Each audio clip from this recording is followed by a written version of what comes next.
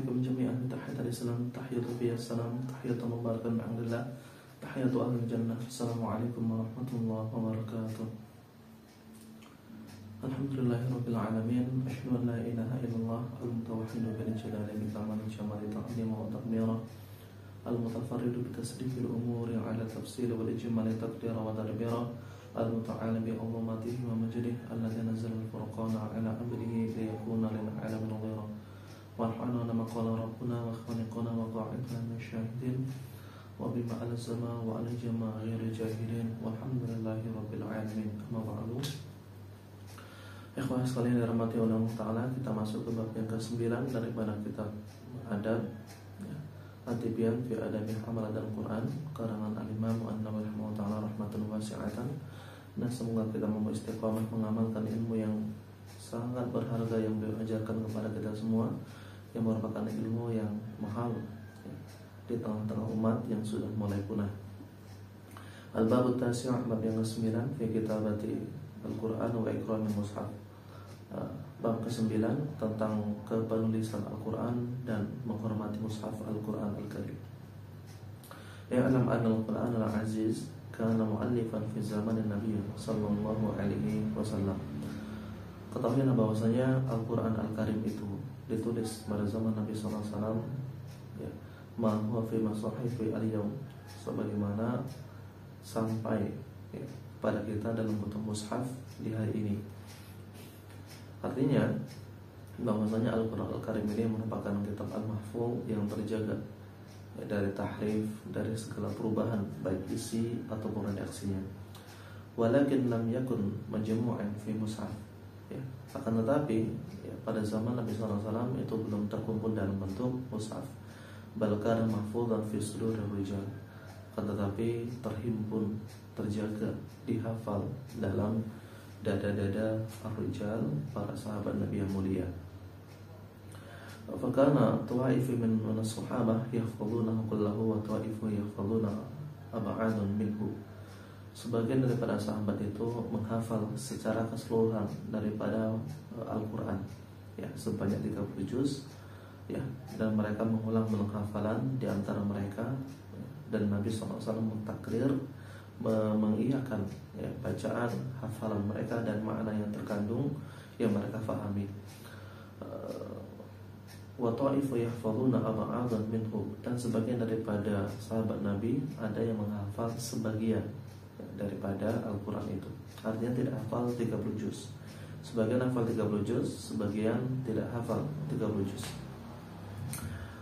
Kemudian pada maka zaman Abu Bakar As-Siddiq radhiyallahu anhu, dan kemudian pada zaman Abu Bakar As-Siddiq yang Allah ridha kepadanya, waqatil katsirun min hamalatil Quran khafa mautihim wa ikhtilafu min ba'dihim fihi fashtara sahabah radhiyallahu anhum fi jam'ihi fi al-mushaf fa asharu bidzalik ya. Kemudian pada zaman Abu Bakar As-Siddiq menjadi khalifah dan banyak penghafal Quran yang syahid pada peristiwa penumpasan nabi-nabi palsu dan orang yang enggan untuk membayar zakat ya.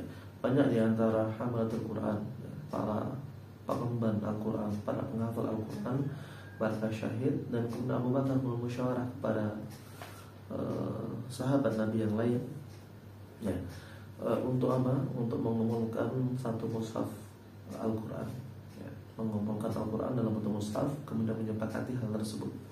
Artinya proses pengumpulan mushaf pada fase yang pertama ini bukanlah semata-mata keinginan Abu Bakar As-Siddiq sebagaimana tuduhan orang talis yang menuduh bahwa Al-Quran itu mengalami perubahan dan seterusnya, tapi bahwasanya pengumpulan Al-Quran dalam bentuk mushaf ini merupakan ijma' daripada para sahabat ridwanullah alaihi ajma'in, yang mereka mengumpulkan ini dalam bentuk mushaf supaya Al-Quran lebih terjaga, di mana orang-orang awam itu tidak mengetahui daripada kemampuan Al-Quran kecuali dari membacanya ya, makanya dikumpulkan dalam bentuk mushaf, kemudian supaya terjaga, supaya nantinya ketika terjadi perselisihan mereka langsung kembali kepada Al-Quran ya, yang dihimpun dalam bentuk mushaf.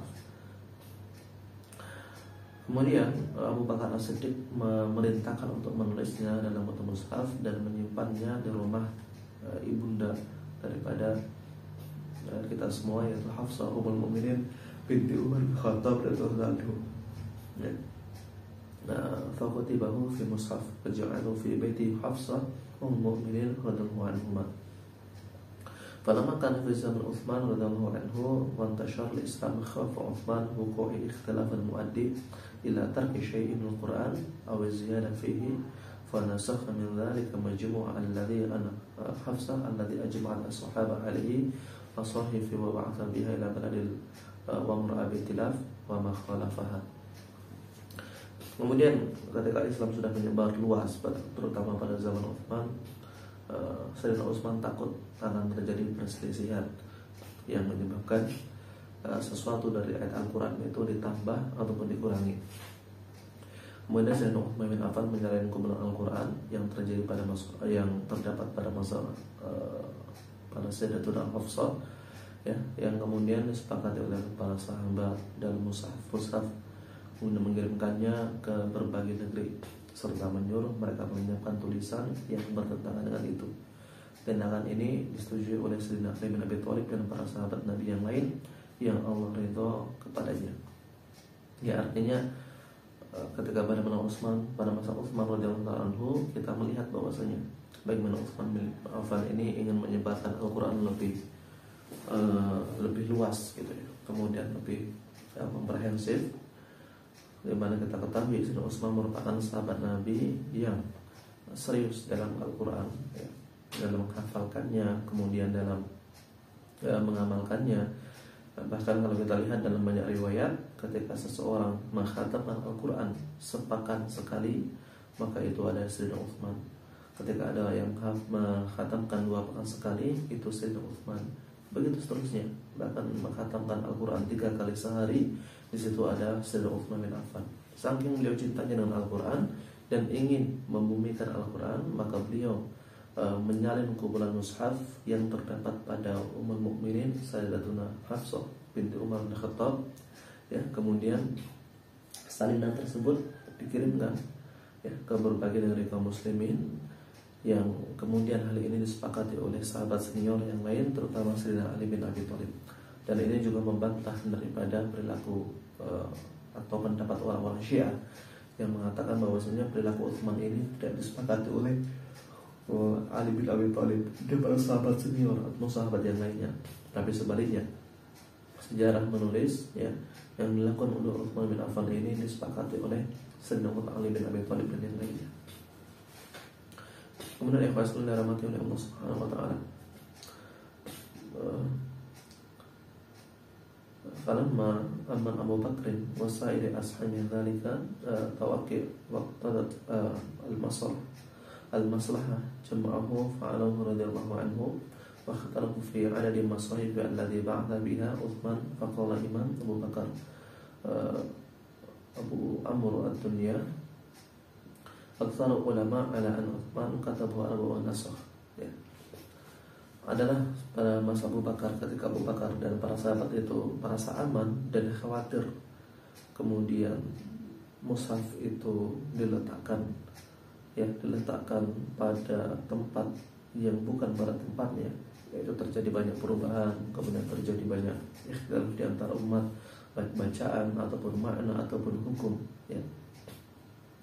Maka perselisihan ini selesai ketika Sayyidina Utsman mengirimkan mushaf kepada mereka. Artinya jika terjadi bacaan, perselisihan bacaan, perselisihan makna, perselisihan maksud daripada ayat Al-Quran, maka semua diselesaikan dengan Al-Quran Al-Karim. Kemudian Abu Bakar Amr ad-Dani berkata bahwasanya sebagian besar ulama mengatakan bahwa Utsman menulis 4 naskah, ya. 1 dikirimkan ke Basrah, 1 ke Kufah, 1 ke Syam, sedangkan 1 berada di Madinah. Kemudian Abu Hatim As-Sijistani berkata bahwa Utsman menulis 7 mushaf, cukup banyak pada waktu itu, di mana belum ada mesin cetak, ya, belum ada pesan fotokopi ataupun belum ada PDF dan seterusnya. Sayyidina Utsman menulis 7 mushaf, 1 kirimkan ke Mekah, 1 ke Syam, 1 mushaf ke Yaman, 1 mushaf ke Bahrain, 1 mushaf ke Basrah, dan 1 mushaf ke Mekah, ke Kufah dan satu mushaf ditahannya di Madinah. Ya, inilah ringkasan para pengumpulan mushaf pada fase-fase ini, fase sahabat Nabi. Mengenai hal ini banyak hadis sahih di dalamnya yang menjelaskan kesepakatan para sahabat ridwanullah majma'in di dalam proses pengumpulan mushaf dan hikmah yang tercantum di dalamnya. Adapun mushaf yang ada yang sampai sekarang itu adalah mushaf dalam bentuk kesepakatan para sahabat. Mushaf yang dibaca mushaf adalah yang membaca mushaf, ada yang membaca mushaf. Ya, yang masyhur adalah dibaca mushaf dan mishaf. Jadi kalau ada tulisannya mim, sin, ha dan fa. Dan ini yang disebutkan oleh Abu Ja'far An-Nuhas dan yang lainnya.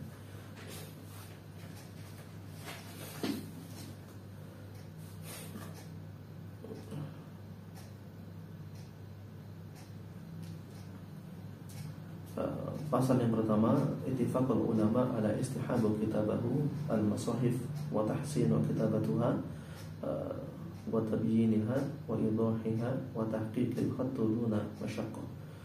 Para ulama kita bersepakat bahwasanya ya, membaikkan atau membuat bagus dari tulisan mushaf itu merupakan keharusan. Ya. Jadi para ulama mewajibkan bahkan mendorong dengan kuat ya, tentang seseorang untuk memperbaiki tulisan ketika menulis mushaf atau kita kenal sebagai khat gitu. Ya. Kemudian memastikan bentuknya itu jelas. Jadi jangan sampai ketika bacaan tersebut nggak jelas dibaca, tapi sebaliknya baik dalam membaca ataupun dalam menuliskannya bentuknya dan bentuk terbaik. Duna masyaqqah, tanpa ada kesalahan ya, tanpa ada kesalahan di dalamnya. Wa ta'liquhu qala ulama wa istahabu nuqatan mushaf wa syaklihi fa innahu siyana min al-lahni fihi wa tashifiha. Dan kemudian para ulama menjelaskan bahwasanya disunnahkan dalam menulis mushaf itu baik itu syakalnya ya, harokatnya, kemudian bahkan titik-titik dan seterusnya diharapkan dalam bentuk terbaik supaya tidak ada kesalahan, baik kesalahan disengaja ataupun tidak disengaja. Wa amma karahatu Sya'bi wan Nakhai an-nuqat. Imam Sya'bi an-Nakhai mengatakan bahwasanya titik-titik itu adalah merupakan tambahan yang dibenci oleh Sya'bi an-Nakhai ya, wa tabi'in. Bismillah. Fa inna makarahahu fi dzalika zaman khafa min taghyir fi. Karena keduanya tidak menyukai perubahan di dalam mushaf Al-Quran, penambahan titik dan syakal itu karena khawatir ada taghyir, ada perubahan yang komprehensif, perubahan baik sedikit ataupun banyak di dalam mushaf Al-Quran. Wa kana amana dzalika al-yawm fala mani'a. Dan kemudian hal itu terjadi sampai zaman sekarang, ternyata tidak ada perubahan ya dalam mushaf tersebut dan enggak apa-apa gitu. Wal yamtani'u min dzalika liqaulihi muhdatsan fa innahu min al-muhdatsatil hasanah falam yamna'u minhu kana ghairihi mithlu tasnif al-'ilm wa bina'ul madaris wa rabat wa ghairu dzalika wallahu ta'ala a'lam. Ya.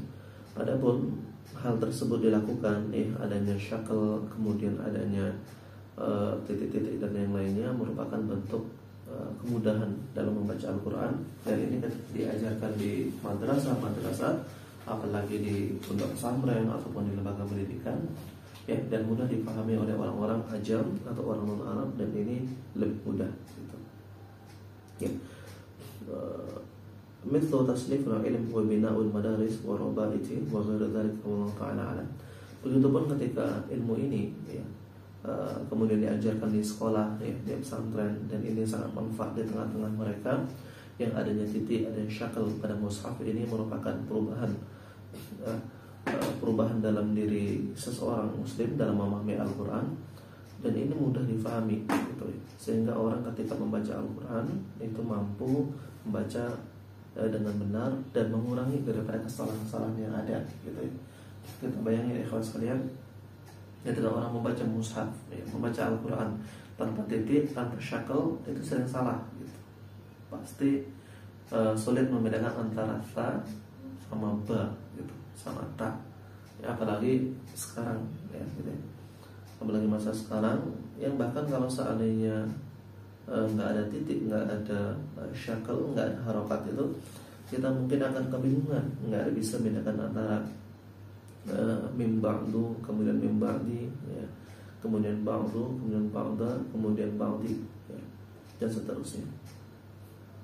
Masih ada syakal, masih ada titik, kita sering salah gitu. Apalagi kalau nggak ada titik dan syakal. Kemudian kesepakatan yang kedua, pasal yang kedua, la tajuzu kitabatul Quran bi syai'in najis. Tentu nggak boleh menulis Al-Quran dengan sesuatu yang najis, artinya sesuatu yang mengandung kotoran ya. Wa taqrihu kitabahu ala jidran adana ya. Dan tidak boleh menuliskan mushaf Al-Quran pada dinding-dinding yang dinding tersebut rendah. Nah, beberapa kaul mengatakan di rendah tersebut adalah di bawah lutut, di bawah perut. Wa fi mazhabi Atha alladhi qadamna. Ini adalah mazhab Atha bin Abi Rabah yang sudah kami jelaskan di awal. Bagaimana seseorang ketika menuliskan Al-Quran itu seharusnya di tempat yang tinggi ya, di tempat yang mulia, bukan pada tempat yang rendah, termasuk jidran atau tembok atau dinding yang berada di tempat yang rendah. Wa qad qadamna annahu kitaba annahu idza kutiba 'ala al-qimah fala ba'sa bi aqli wa annahu idza kutiba 'ala khasbah qara'a ihraqiha. Begitupun ketika Al-Quran itu dituliskan di makanan gitu. Misalnya ada makanan gitu ya, berkat gitu. Di makanannya dituliskan Al-Quran, misalnya Al-Karim, Bismillahirrahmanirrahim, kemudian dimakan, fala ba'sa bi, enggak apa-apa gitu. Artinya bukan untuk dihinakan. Akan tetapi ketika dituliskan di kayu-kayu yang kering, yang kayu tersebut khawatir dilempar, dibuat mainan bocil-bocil ya, kemudian dibuat apa segala macam, maka ini terlarang. Khawatir Al-Quran tersebut yang dalam bentuk kayu-kayu ya, atau misalnya nulis Al-Quran di kayu ulin 10-10 gitu ya, kemudian kayu ulin tersebut injak-injak, kemudian terbakar tanpa antum ketahui, kemudian terkena kotoran dan seterusnya, dan ini nggak boleh gitu ya, terlarang gitu. Yang boleh ketika misalnya untuk ingin mengambil barokah atau mengingatkan orang supaya mencintai Al-Quran, atau tuliskan di makanan gitu, kemudian atau makan, nggak apa-apa, ini hukumnya boleh. Jadi bukan hukumnya bid'ah atau haram. Yang haram adalah ketika seseorang menuliskan kalimat-kalimat dalam Al-Quran ya, kalimat-kalimat dalam Al-Quran ke makanan, kemudian menjadikan makanan tersebut sebagai tidak termakan ya, sampai basi kemudian terbuang, ya nggak boleh. Tapi mayoritas ulama mengatakan bahwasanya jika Al-Quran dituliskan dalam bentuk makanan kemudian dimakan, itu nggak apa-apa ya.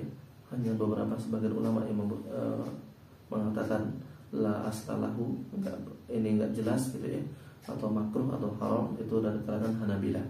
Sedangkan mayoritas ulama mengatakan fala ba'sa bih, nggak apa-apa gitu. Kemudian pasal yang ketiga, pasal berikutnya, ajma'al muslimun ala wujubi siyarah al-mushaf kiramihi ala ashabina wa ghairihi. Dan para ulama kaum muslimin itu bersepakat ya, itu bersepakat bahwasanya diharuskan untuk dalam proses pembuatan mushaf dan memegang mushaf itu kewajiban untuk menghormatinya ya, kewajiban dalam menghormati mushaf, artinya berhati-hati dalam meletakkan mushaf, berhati-hati ketika memegang mushaf, berhati-hati ketika memegang mushaf itu. Dan bahkan para waqala ashabuna, dan berkata ulama-ulama kami, yaitu kalangan mazhab Syafi'i wa ghairihim, dan kalangan mazhab yang lain baik Hanafi ataupun Maliki, bahkan Hanabilah, bahkan mazhab yang sudah bulan, mengatakan walau alqahu muslim fi qawurah wala'iyadu billahi ta'ala sara mulki kafiran. Dan meskipun ada seorang muslim ya, semoga Allah menjaga dan melindungi mushaf kita, itu melemparkan mushaf Al-Quran ya, atau melemparkannya ke kotoran, maka pelempar tersebut dihukumi sebagai orang kafir dan halal darahnya untuk dibunuh gitu. Saking pentingnya seseorang memuliakan mushaf Al-Quran. Maka ikhwas sekalian, kalau sampai kita seseorang muslim ya, dalam keadaan emosi dan seterusnya kemudian melempar mushaf Al-Quran, maka wajib untuk bersyahadat ulang dengan disaksikan beberapa saksi gitu. Jadi dihukumi kafir gitu. Apalagi melemparkan mushaf Al-Quran dengan maksud menghinakannya ke tempat kotoran atau bahkan membakarnya gitu, ya. Qalu wa yuhrimu tusadahu bal tusadu ahadun katabahu ila ilmi al-haram. Kemudian sebagian para ulama mengatakan, para ulama berkata, yaitu diharamkan menjadikannya sebagai bantal, ya. Bahkan menjadikan ilmu sebagai bantal adalah haram, ya. Misalnya tuh mushaf Al-Quran menjadikan bantal. Ini beberapa kalangan, masya Allah, ya, dengan alasan supaya cepat pintar, ini nggak ada dalilnya dan seterusnya, menjadikan mushaf Al-Quran itu menjadi bantal. Bahkan kalau kita lihat beberapa orang-orang yang para penimba ilmu itu menjadikan kitab-kitab yang ada, yang karangan ulama yang terdapat banyak ilmu di dalamnya, bahkan terdapat ayat Al-Quran, itu sebagai apa? Sebagai alas tidur gitu. Ya, menjadikan bantal di kepala untuk tidur. Ini gue mau adab, nggak punya adab orang seperti ini. Ya, ilmunya nggak manfaat. Buat apa mengambil ilmu dari orang seperti ini? Ya, artinya meskipun itu kitab karangan para ulama, tidak boleh, ya, menjadikan sebagai bantal. Ini kesepakatan para ulama mazhab Syafi'i dan sebagian Hanafiyah. Ya, artinya ini ada dalilnya gitu, ya. Supaya apa? Supaya ketika seorang penimba ilmu itu mampu memuliakan ilmunya. Ya, kitab ataupun mushaf Al-Quran itu nggak bisa disamakan dengan kitab yang lain. Begitupun kitab-kitab ilmu hadis, fiqih, adab, kemudian ilmu akhlak, ya, kemudian ilmu tafsir, kemudian hadis dan seterusnya, itu bukan ilmu seperti geografi, ekonomi, ya, fisika dan seterusnya yang diletakkan semaunya, kemudian dijadikan bantal, dilipat-lipat, didudukin dan seterusnya. Wa istahabbu an yaquma al-mushaf idza qurima alaihi. Dan bahkan kalau kita lihat disunahkan berdiri ketika menyambut mushaf apabila diserahkan, ya. Misalnya kita dapat hadiah mushaf, maka baiknya dilakukan dengan cara berdiri untuk menghormati mushaf Al-Quran itu. Di anna al-qiyam mustahabun lil fudala min al-ulama'i wal akhyar. Karena berdiri untuk menyambut orang-orang mulia seperti para ulama dan orang-orang soleh itu mustahab, ya. Jadi kalau ada kiai, ada ulama, ada ustadz datang di majelis, itu sunnahnya orang-orang itu berdiri menyambut untuk menghormati ulama ini. Dan ini adab yang sangat penting, ikhwas sekalian. Biasanya kalau seseorang ulama itu datang di sebuah majelis, di majelis taklim, majelis ilmu itu, ketika seseorang berdiri itu beda rasanya ketika para guru-guru kita datang kita duduk aja. Itu beda rasanya dan barokah lebih beda gitu. Dan ini anjuran dari para a'immah kita, para ulama mazhab, bahkan ketika mazhab sepakat kesunahan ketika menyambut orang-orang ahlul ilmi yang datang di majelis untuk mengisi, ya. Itu sunnah gitu. Maka ikhlaskan dari rahmat Allah Subhanahu wa taala, ini penting supaya kita mampu menghormati. Dan termasuk mushaf tadi, ketika mushaf itu diserahkan kepada seseorang, itu berdiri itu mustahab gitu. Apalagi seseorang yang hafal Al-Quran di kepala dan hatinya, maka ulul ilmi, orang yang memiliki ilmi, lebih pantas untuk dihormati. Wa qad qarratu dalailul istihab al-qiyam fi juz'i alladhi jama'tu fihi wa ra'ayna fi musnad ad-Darimi bi isnad sahih, ya, an Abi Malikah anna Ikrimah bin Abi Jahl radhiyallahu anhu kana yad'u al-mushaf al-wajhi yaqulu kitab rabbi kitab rabbi. Setelah menjelaskan tentang dalil-dalil tentang anjuran berdiri ketika mushaf itu diserahkan kepada seseorang ataupun ketika ahli ilmu itu datang, ya, banyak riwayat di dalamnya. Kemudian Imam Nawawi banyak menjelaskan dalam syarah Sahih Muslim, dalam kitab beliau itu beliau jelaskan bagaimana seseorang memuliakan ulama, ya, memuliakan ahli ilmu dengan berdiri ketika datangnya ahli ilmu tersebut. Dan begitu pun ada sebuah riwayat dari sanad yang sahih dalam Musnad Ad-Darimi dari Abi Mulaikah, bahwasanya Sayyidina Ikrimah bin Abi Jahal, anak daripada Abu Jahal yang masuk Islam, ya, itu meletakkan mushaf di wajahnya dan berkata, hadza kitabur rabbi, hadza kitabur rabbi. Jadi seperti ini, ya. Jadi beliau mengambil mushaf kemudian meletakkan di wajahnya seperti ini, kemudian mencium mushaf tersebut dan mencium mushaf tersebut dia mengatakan hadza kitabur rabbi, ini kitab dari Tuhanku, ini kitab dari Tuhanku. Dari sini kita melihat bahwa saya sekalian dalam hati oleh Allah Subhanahu wa taala bahwa mencium mushaf sebelum membacanya, mencium mushaf sesudah membacanya itu disunahkan. Ya. Bahkan seseorang ketika selesai berwudu kemudian meletakkan parfum di mushafnya, kemudian membaca mushaf di tempat yang tinggi seperti ini, ya. Kemudian mencium sebelum membacanya, ya. Kemudian mencium sudah membacanya, itu ada dalilnya. Ya, sunnah para sahabat Nabi radhiyallahu anhum ajma'in. Ya, itu beda ruh ketika seseorang membaca Al-Qur'an, ya, dalam bentuk ikram, takrim, qiyam seperti itu, menghormati Al-Qur'an seperti itu ruhnya beda sekalian. Ya, beda. Ketika seseorang dibanding dia baca Al-Qur'an gitu ya, sambil meletakkan HP di atas mushaf Al-Qur'an. Masya Allah. Jadi orang-orang zaman sekarang itu karena bodohnya sampai adab dasar seperti itu nggak paham. Mushaf Al-Qur'an diletakkan HP di atasnya, mushaf Al-Qur'an diletakkan sambal di atasnya. Lama-lama mushaf Al-Qur'an diletakkan diletakkan rumah di atasnya.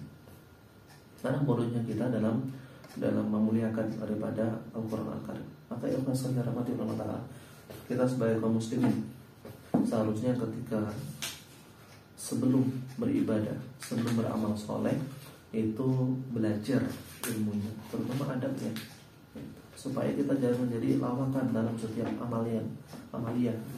Saya sering melihat bahkan hampir dari seluruh kaum muslimin, kebanyakan kaum muslimin ketika mereka mengaji ilmu tafsir, mengaji Al-Quran dan seterusnya, mengaji tafsir, mengaji Al-Quran dan seterusnya, ya, mereka letakkan mushaf di tempat semau mereka. Padahal para a'immah kita itu banyak menuliskan dalam kitab-kitab mereka celaan, kemudian peringatan keras bagi orang-orang yang meletakkan mushaf di sembarang tempat. Makanya nggak pengen orang yang ikut pengajian ini, ya, mereka habis membaca Al-Quran, ketika membaca Al-Quran itu meletakkan mushaf semaunya. Itu nggak muadab, orang nggak punya adab, orang nggak memiliki kemuliaan. Ya, Al-Quran nggak mungkin masuk ke hati orang-orang seperti ini. Ya, ini peringatan siapa? Bahkan kalau kita lihat Ad-Duhak itu mencela, ya, bahkan pengen membunuh, ya, menebas ke lehernya orang-orang yang meletakkan Al-Quran itu di sembarang tempat. Ya, artinya gini, baca Al-Quran, ya, kakinya seperti kaki orang makan, letakkan Al-Quran di lantai. Itu salahnya Imam Ad-Duhak hidup itu ditebas lehernya. Ya, saking pentingnya seorang memuliakan Al-Quran, supaya generasi kita itu paham bahwasanya Al-Quran ini mulia dan wajib untuk dimuliakan, dan nggak ada yang memuliakan kecuali orang-orang yang mulia. Allah Ta'ala bisawab. Wassalamualaikum warahmatullahi wabarakatuh.